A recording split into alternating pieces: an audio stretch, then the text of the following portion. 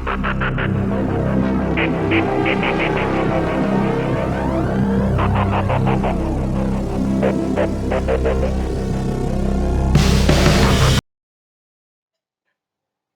दोस्तों, आप सभी का मेरे इस YouTube चैनल लॉ अनलिमिटेड में स्वागत है।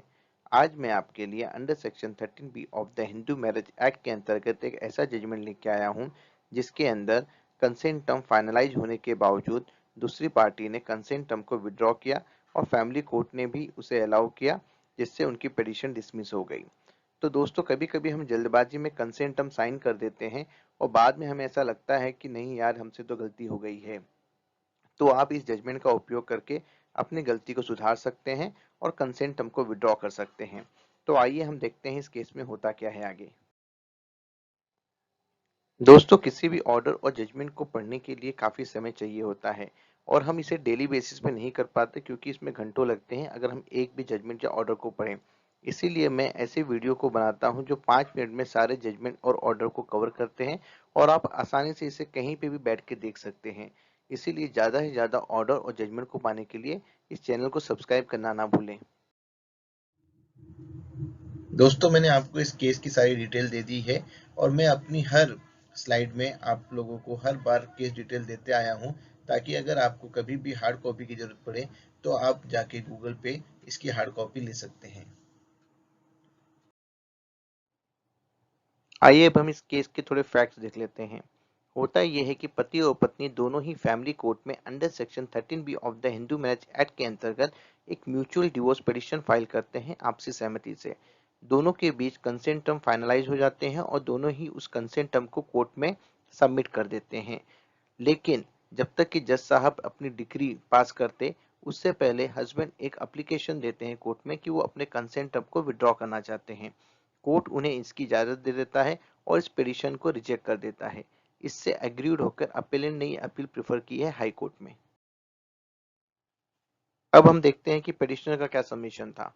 पिटिशनर के वकील का कहना था कि दोनों ही पार्टी 7 सालों से अलग रह रही है और एक बार अपना कंसेंट देने के बाद 2.5 साल बाद इन्होंने अपने कंसेंट को विड्रॉ करने के लिए कहा है, जो कि सरासर गलत है और फैमिली जज को ये अलाउ नहीं करना चाहिए था। इसीलिए हमारी अपील को प्रेफर किया जाए और फिर से इस मैटर को प्रोसीड करने की इजाजत दी जाए। इसके जवाब में रिस्पोंडेंट के वकील का कहना था कि सुप्रीम कोर्ट ने ऑलरेडी एक केस के अंदर ये व्यवस्था की है कि कोई भी पार्टी चाहे तो अपने कंसेंट टर्म को विड्रॉ कर सकती है अगर डिवोर्स फाइनलाइज नहीं हुआ है दोनों पार्टी के बीच में। जब तक कि जज डिक्री पास नहीं करते, किसी भी पार्टी के पास ये राइट है कि वो अपने कंसेंट टर्म को विड्रॉ कर सकता है before passing of decree of divorce. इसीलिए ये ऑर्डर प्रॉपर है और इसमें कोई भी इंटरफेयर करने की जरूरत नहीं है। आइए अब हम देखते हैं कि कोर्ट के सामने इशू क्या था। कोर्ट के सामने ये इशू था कि क्या कोई भी पार्टी जब डिक्री नया पास हुई हो, उसके पहले अपने कंसेंट टर्म को विड्रॉ कर सकती है या नहीं। दोनों तरफ की आर्गुमेंट्स को सुनने के बाद और सारे रिकॉर्ड्स को देखने के बाद कोर्ट ने अपेलेंट यानी वाइफ की पिटीशन को रिजेक्ट कर दिया।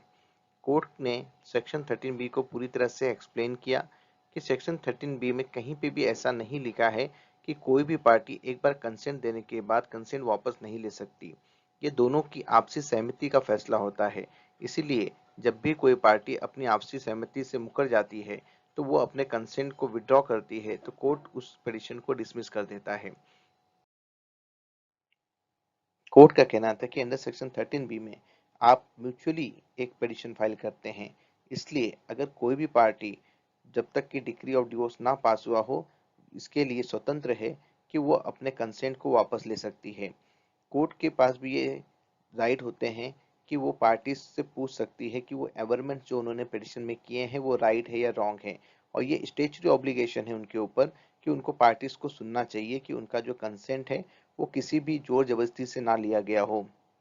यहाँ तक कि सुप्रीम कोर्ट ने भी सुरेश्वर देवी केस में पार्टीज को अलाउ किया था। इसलिए हमें नहीं लगता कि इस केस में कुछ भी गलत हुआ है या फैमिली कोर्ट ने कोई गलत ऑर्डर पास किया है। इसीलिए हम अपेलेंट की अपील को डिसमिस करते हैं। दोस्तों, अगर आपको ये वीडियो पसंद आया हो तो इस वीडियो को लाइक और सब्सक्राइब करना मत भूलिएगा। दोस्तों, नीचे दिए गए बेल आइकॉन को प्रेस कर दीजिए ताकि आपको मेरे आने वाले नए वीडियो सबसे पहले देखने को मिले।